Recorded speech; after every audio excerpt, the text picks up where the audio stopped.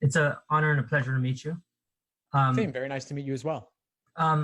We don't, what is it, 15 minutes? Yeah. I'll jump right into a little bit of my background. I was wrongfully convicted to 60 years to life in prison for something I didn't do. They threw me in solitary confinement for like 12 years. In solitary confinement, I started studying the law. I got really good at it. I got myself out, and I was exonerated about 5-6 years ago. So all these judges and lawyers are like, you got to get back into law, because I honestly didn't want to touch another law book again. Started getting into school ever since then, had a 4.0, got into Pomona College. So now it's like, there's always a silver lining to everything. But through my experience, it made me realize how passionate I am about law, and what a positive difference I can make in the world by helping to save innocent lives. So now I want to be an attorney and maybe even a judge one day. So, what the reason I'm in school, going to law school, it goes far beyond academics. What makes me go is about changing the world and making a positive difference and trying to save it. Trying to save lives. So I'm very hungry, very passionate. Been given a second chance at life, a second chance education. So I'm trying to make the most of it. Anything that you throw at me, I'm willing to take on a challenge. I'm very, committed as far as I have no social life. This is all I do. I love to study. I nerd out. So I'm going to be taking the LSAT in, I think September, October. I'm in the LEAP fellowship, legal pipeline. And so I think we have something scheduled for you during the summer, if I'm not mistaken. It was about 9 months away. So I'm just trying to get a preliminary, trying to set the groundwork for acquiring good habits, because I don't want to because when I go in, Steve, I go hard, and I don't, it's hard for me to turn it around and unlearn things. So before I just absorb and just dive into everything, I want to make sure that I'm going in with the right approach on everything. So it's a lot of preliminary questions I have just to get me going. And then I'll keep you updated along the process, and then we'll, so that way it gives both of us a great start for the summer when we get more serious. Sure. Well, I'm floored by your story and your background, and I appreciate your sharing it with me. It sounds like you're really diligent and hardworking and looking to turn lemons into lemonade, make a positive impact with everything you've been through. I can't imagine, but I'm really inspired by what you're looking to do. So kudos to you on that. I appreciate that. Yeah. And I have a different outlook on life. When people see me around campus, dancing and skipping, and this guy, they're like, God, this guy loves to take tests. He loves to do homework, until they hear my story. They're like, oh, that's why, so it's fun. It's exciting. And then all these opportunities that I've been having, I already got the T14 schools looking at me. I'm in the fellowship, meeting all these justices and judges. It's an amazing experience. And so, I'm just continuing. The best way I know how to give back, Steve, is by going out and being successful. And that's my best way to say thank you for everything that you and everyone that invest in me, and going out and doing something with it and applying it and using it for the greater good of all of us. Sure. Sure. Yeah. So my first question is, so I'm 9 months away. I was going to already start carving out the 10-15 hours a week that you had mentioned, but I don't know if that might be too soon. I'm not sure. I didn't equate into, I'm going to be taking a logic class in the spring as kind of just to get me back up to, because I took symbolic logic before in community college. Now that I'm at Pomona, I'm going to take upper division logic. And I didn't consider that's part of my 10-15 hours, right? That's part of my LSAT prep, or should I carve out extra as well? Well, a logic class is useful. Yes. But I wouldn't do it for the purposes of LSAT prep. Okay. If your sole focus was to get a top LSAT score and get into a top law school, yes, I wouldn't even bother with the logic class. Okay. I would focus instead on taking classes that are, of course, intellectually stimulating, but also where you can easily get a good grade, because GPA is what LSAT score, and GPA is what matters. And if a logic class wouldn't come naturally to you, or if it would be hard to get an A in that class, I wouldn't even bother with it. And I hate saying that because college should be about learning, but if the goal is law school, you want the top GPA, and it is primarily numbers driven. Yeah. I would instead, if your goal is the top LSAT score, top law school, just focus on LSAT prep. Take whatever you want in college, but focus on LSAT prep. You've got a long time if you're taking it in the fall, of course, but it's never too early to start dipping your toes in the water and start familiarizing yourself with it, especially if you want 165, 170 plus, because it does take a lot of work. Yeah, I'm willing to put in that work. And I mean, as you can know from my story, impossible just doesn't process to me. And so I'm pushing for 170 to 180, no less. I'm going to be trying to put in as much work as I can. I actually do enjoy the logic. When I took symbolic logic, it was so fun. There were like puzzles and games, and it was just like, I finished with a 107 to professor, and I'm like, I need more. And she's like, there's nothing else left other than upper division. So I think I'm going to enjoy it. But I hear what you're saying about my GPA. So I'm focusing on that too, not pushing myself too much as far as, well, I mean, pushing myself challenge to where I can make the most of my undergraduate experience, but at the same time being smart and strategic about it as well. Okay, so and how often I'm going to start. There's a lot of free resources. I haven't done a diagnostic. Like I said, I haven't really got my feet wet and everything. I'm going to start going through all your resources one at a time, because I kind of wanted to do all this. There's a lot of free resources, other places. I'm looking around, but I wanted to complement what you're lining us up for very well. I don't want it to, it's one style and then another style, and then there's a conflict.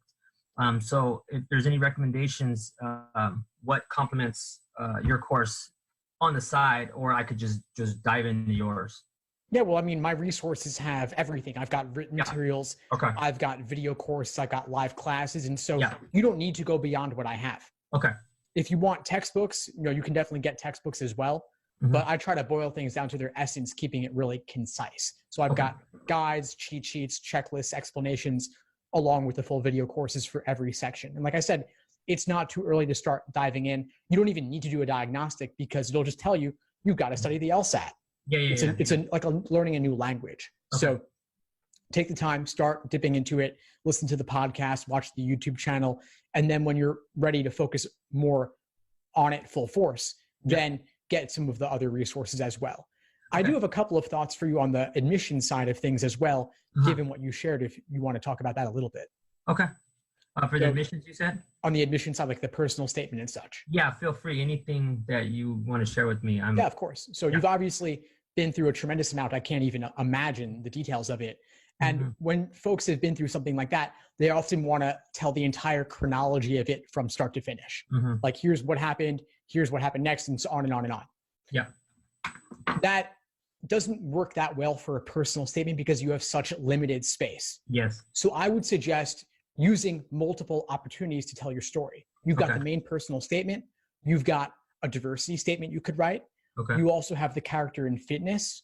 And you also have the optional, is there anything else you want to tell us? So you potentially have at least 4 different written essays where you could talk about different elements of your story. So I wouldn't try to do it all in one long statement.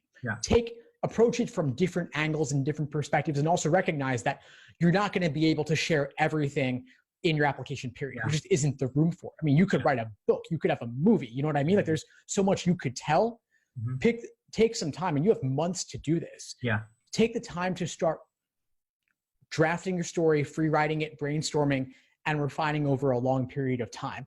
The numbers are the number one factor in admissions, but it's also worth taking the time to tell your story as well as you possibly can. And that takes time. That takes months where you write a draft, you put it away, you come back, you look at it again, you put it away again, back and forth, on and off, multiple drafts. I think you can end up with a really compelling killer piece of writing in the end, of really multiple pieces. But I wouldn't wait until the fall to do this. Yeah, it takes time. Plus, I learned from the application process undergraduate, when I applied to the colleges, it was almost like therapy, because I was digging up all this stuff, all this trauma that I had suppressed for so it was a painful process. So I'm like writing and crying and crying and writing. It takes time. I can't just sit there and be like, oh, this is my life. No, it's an emotional process. So, and then like you said, write it holistically, piece, like kind of leave breadcrumbs, but you're kind of like painting a picture, but all that different, and let them put it together themselves, right? Yeah, exactly. Okay, cool. From habit wise, what skills can I start learning on now early on that's going to help me later on as well for the LSAT prep? I think a big part of it is simply learning to block out the time to do this. Okay. It's hard when you have other obligations, especially if you're not a young 20-something who's living on their parents supporting them and nothing else to do. Right? If you have responsibilities, you have obligations, it's a lot harder to fit in the time. And so get into the habit of blocking off the time in your schedule for anything. I mean, you could use that time for coursework now if you want, like the logic class, but you could also, it's not too early to start spending even 5-10 hours a week at least devoted to this, starting to master a certain question type or a certain section of the LSAT, because this really is a test of pattern recognition. And the more you can take the time to learn those patterns and absorb them into your subconscious, the better you'll do, even if you're taking the LSAT more than 6 months from now. Okay. I noticed that from when I was studying for the SAT too, it was almost like getting inside their head. I know this is a different test. You got to get inside their head. You're looking for, I'm great at finding parallels, looking for studying patterns, stuff like that. So like you said, start. And when I first got into college, they said, if you get straight A's, people will pay you to go to school. And I started, okay, so I know the LSAT is gonna determine my scholarship money. And I haven't got compensated. They make it very hard for exonerees to get compensated now. So I'm basically, my grades are paying for my school. So this is everything. Like my job is to go to school and get straight A's. With the LSAT, I'm looking at it, like you said, like look at it like a part-time job, and that's why I said why I take this so serious, because everything's on the line. So I am willing to carve out that time, and I'm going to look at it like a part-time job. As far as this is all my only responsibility is school. It's to go to school and continue to succeed, and everything else will be taken care of through scholarships and stuff like that. That's great to hear. And I think that's the right perspective to look at this from. I mean, the LSAT translates into scholarship money. Yeah. I mean, and especially like you said, for a non-traditional student like myself, I mean, choices are nice, but it comes down to money. And it's a sad reality, but that's just the way it is. One thing, what skills do you see separates LSAT students from those that get average scores from those that get high scores? Well, I think it actually ties into something that you said earlier, which I say a lot myself, which is that you got to come to see the exam from the test maker's perspective. Okay. What tricks are they using to ramp up the difficulty level of the questions? I mean, a level 5 question might include 5 different nuances that make it that much more difficult. Yeah. So if you can start to see the different ways they constructed it bit by bit, like a level 1 question might have no tricks. Level 3 question might have a couple. Level 5 will have everything in the kitchen sink thrown into it. Yeah. And you have to kind of unravel or dissect and analyze the different aspects of the question, the different strands that make it quite so difficult. If you can unravel those and kind of see like X-ray vision, then you'll do much better with them. Okay. Now is that what I'm trying to conceptualize first before I get into these tactical strategies and the timing and all this other stuff? Before I get into the technical stuff, start just like you said, start getting familiar with the process, start learning, looking for patterns, start trying to understand what they're testing for, what they're looking for. And then it just, through time, the strategies and the timing will come naturally. Yeah. I mean, you get faster at it in part by getting better at it. There are pacing strategies we can talk about down the line, but initially it's going to be where you're building the foundation first, just building a baseline familiarity with all the different sections and question types. Then you'll focus on improving your accuracy. Then you'll work on pacing, then endurance, then review. And review is actually where a lot of that analysis comes in. So you may not want to get into that analysis quite so early in the process because you're just getting your feet wet. But eventually, we talked about 170 plus. What separates those students? Those students are seeing it from the test maker's perspective. It takes time to get there though. Yeah. And the fact that you have several months till your LSAT test date means that you're in a great position to get to that point. Yeah, I want to start. This was my 2020. I said I'm going to turn around and take it in the fall, and I'm just going to start going at the LSAT because yeah, this is the next step, and this is it's going to determine a lot of my future. So, um, and what I'm looking for the, I know this is down the line too, but for future reference, where do I find the free exams? I'm looking for free exams. They're hard to find. Are they in those books? Yeah, so the exams, they're available on Okay. Amazon in books of 10 for about $20 each. Okay. There are also a few on LSAC's site. Mhm. There's the free June 2007 LSAT I PDF. found it one, yeah. And then there's also 3 of them in the digital LSAT format at Okay. familiar.lsac.org. Okay. I try to recreate my exam experience as much as I can. You know, I study with my shoes on, coffee, just everything the same way I would take a test. And so start practicing with the, again, this is later on before I'm not even at the practice exam part, but start practicing with the digital, with on the tablet, everything like that, right? Yeah, those are all the right things to be thinking about down the line, at least. Okay. I'm going to start going through all your material. I was just looking on here and I'm just like, wow. I'm going to start going through that. That'll keep me busy, and I could watch at least one blog a day, with about an hour each. And then that will help a lot.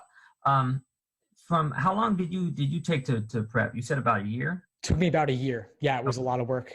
And then,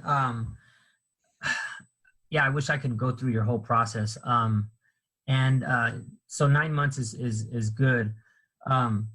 If there was anything that you, like, just right now off the top of your head, what did you do right? What was the one thing that you did right? What is it? I would say it was the review. So every single mistake I made, figuring out what was tempting about the wrong answer choice that made me pick it, and what ultimately made it wrong. And what was discouraging or unappealing about the right answer that pushed me away from it, but what ultimately made it correct in the end. So there are these traps of discouragement away from the right answer and traps of encouragement luring you towards the wrong answer. And that's part of the patterns in how they construct this exam, how they increase the difficulty level. And so being relentless in not letting go of anything I didn't understand, not simply saying, okay, I get it now and moving on, but really forcing myself to stick with those tough problems. Yeah. That's what helps you avoid making those same mistakes again in the future.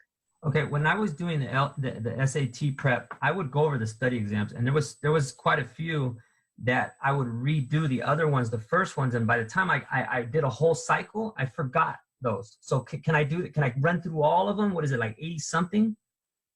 And that's plenty to run through all. I'm not saying I'm going to do them all, but I'm going to try. And then by that time, I'm going to probably forget the first one, so then I can start them all over again, right? Yeah, you could certainly do something like that. And you've got the time where you could theoretically do every single exam released. I don't think you need to do all of them. You could do the most recent half, like the most recent 45 or so, and that would be perfectly fine. Okay. But I like the thought behind this, because not only are you likely to forget the ones you did longest ago, but also, even if you didn't forget them 100%, there is still value in redoing them. Yeah. Yeah, because I'm probably, I may or may not, because like you said, it's the ones that I got right, it'll drill those in. And even the ones that I got wrong, it'll make sure that I learned the first time around on why I did them. Okay, and then on that same question, going back to when you were going through your whole LSAT prep, if there was anything you could have done differently, what is it? Just one thing. Yeah, I think so. This comes back to the idea of like going through all the exams in order. Like that was an impulse that I had as well, but you've got to build the foundation first. Okay. So approaching it systematically, step by step. And that's what my study schedules are all about. Giving that logical plan of attack so that you're building the foundation, familiarizing yourself with the basics of each section and question type, and also doing some of them untimed first. Okay. To work on your accuracy before you introduce the timed component of the pacing. Okay, so in order, you had said timing, then accuracy? So here's the approach. I call this the laser approach to LSAT the laser study. I remember that, yeah. Yeah, so laser is an acronym standing for learning, accuracy, sections, exams, and review. So learning is the theory. Accuracy is individual questions by type. S is for sections, which is where you work on your pacing. Timed 35-minute sections. E is for exams and endurance, doing full-length 5-section exams. And R is for review. And that is what was missing from my approach initially, where I was just doing exam after exam and measuring myself. You got to slow down and build the foundation first. Okay, that's I'll email you after this. Perfect. Is that okay? Sure. Okay, and then I'll share some more stuff with you about my my story and some things I would like to share with you. One thing because I volunteer at the Innocence Project, a Loyola Law School Project for the Innocent, and I talk to a lot of law students there, and they bring up flashcards a lot, preparing for the LSAT. But I don't see that come up I don't see it come up in any of the study exams and anywhere. Flashcards, but some law students swear by them. It's like 2,000 flashcards. I don't get it. I mean, for LSAT prep, flashcards aren't really that useful because this is not a test of memorization. Exactly. Okay. So maybe for law school they could be useful. I don't know, but for the LSAT, it's not relevant. Okay. Also, what's the best time to apply for, since we were talking about money-wise scholarships? I know the earlier you apply, or at a certain time there's more money available. The earlier the better. The earlier the better. So if you take it in September, have everything else ready to go. The second your scores come back, just hit submit. Okay. In the September cycle, right? Yeah. I will retake as many times as I have to. What do you recommend? Yeah, I mean, listen, if September doesn't go well for you, I mean, you could have October or November already registered just in case. Yeah. Have those ready to go. And then once you got the score you want, hit submit on your application. And earlier is relatively better, but rolling admissions matters much less than it used to. So applying early matters much less. So you could take it in November and apply right after that, and that's still perfectly fine. Okay. Because the law of the mean of the curve. So I mean, just naturally retaking it'll, if anything, it won't hurt. So. Definitely not. I mean, law schools don't average multiple scores; they only take the highest. So there's not really much downside to retaking. Yeah, I think I'm going to retake it because the SAT was a little it was a traumatic experience because it felt like being processed all over again through county jail. It was just a weird experience. I didn't expect that, and it brought back a lot of uncomfortable feelings. Then they proctored me because of my age. I mean, they put me in front of the proctors, so they were like, my name was highlighted, all kinds of security checks. It was a very uncomfortable feeling. I'm just like, wow. So it's good to get through, go through that just so I know this whole standardized test experience. As far as the older versions of the books, if always get the newer versions, because I noticed they have a lot of resales, older versions, but those are usually outdated, right? Or are they like textbooks where they just add a sentence and then they resell them for a new? To a large extent, yeah, but because the LSAT's digital now, there are certain things that are different. And so I would focus on resources that cover the digital LSAT specifically, because some things are different. But when it comes to the previously released LSAT exams, just the numbering means more recent is more relevant because the exam evolves over time. Yeah. Okay. Okay, cool. I think we're up. Yeah, we're about up. But before we sign off, what would you say is the biggest insight you got from our call today? It was the learning steps because I need structure. And I've noticed from a lot of, straight A students, like just high scoring students that excel, as I was talking to even law students that excel in law school, it's one thing, we like structure. We need structure.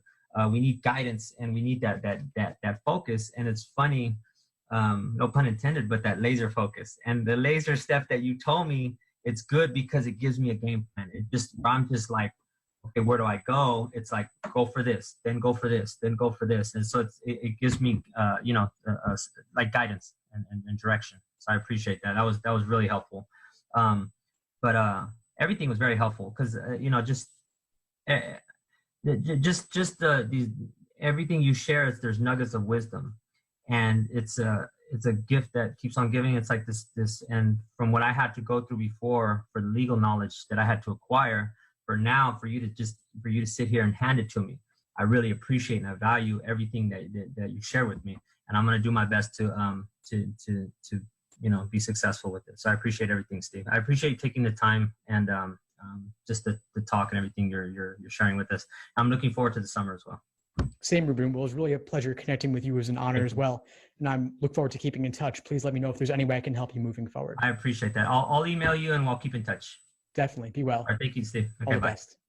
Thanks for tuning into the show. Please subscribe if you haven't done so already to be notified of new episodes as I release them.